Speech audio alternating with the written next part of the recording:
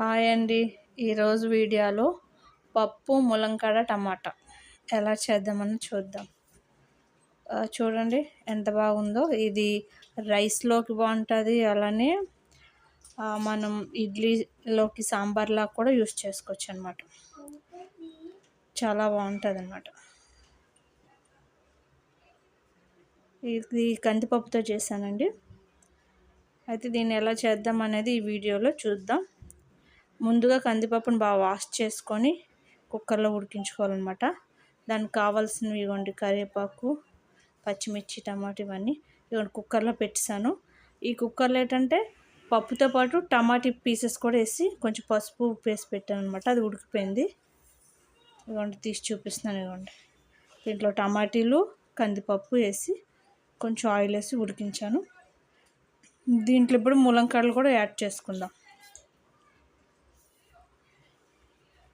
ముల్లంకాడలు వేసాక ఒక విజిల్ వస్తే చాలండి. ఎక్కువ విజిల్ వస్తే చాలా పీసులా అయిపోద్ది ముల్లంకాడ. అందుకోసం ఒక విజిల్ వచ్చినంత వరకు మన స్టవ్ మీద కుక్ చేసుకుందాం.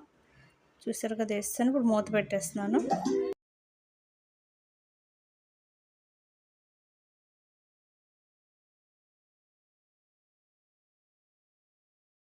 విజిల్ పెట్టి మూత పెట్టి ఒక విజిల్ వచ్చిన దాకా స్టవ్ మీద ఉంచుదాం.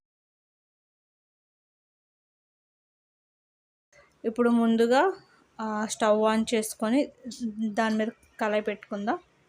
దాంట్లో ఎల్లుల్లిపాయలు, పోపు సామాన్లు, ఎండుమిర్చి అన్నీ యాడ్ చేస్తున్నాను.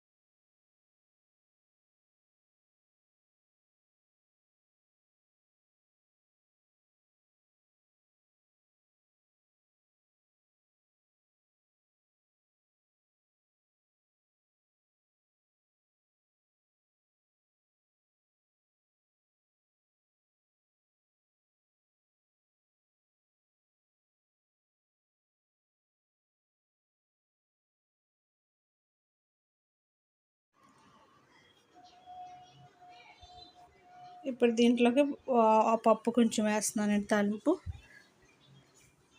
ఇప్పుడు ఈ కళాయిలోది మొత్తం కూడా ఆ కుక్కర్లోకి వేసేస్తున్నాను.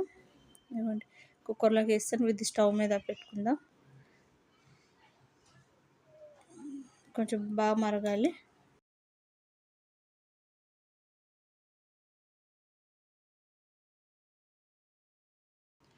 దీంట్లో పసుపు అనేది స్టార్టింగ్ ఉడకబెట్టేటప్పుడే వేస్తానండి, పప్పు ఉడికించేటప్పుడే. అందుకు ఇప్పుడు సాల్ట్ వేసుకుంటే చాలు మనము. దీంట్లో కారం యాడ్ చేయకూడదు, అందుకే పచ్చిమిర్చి ఎక్కువ వేసాను. కారం పప్పులు వేస్తే టేస్ట్ పోతుంది. ఇదిగోండి కొంచెం సాల్ట్ యాడ్ చేశాను.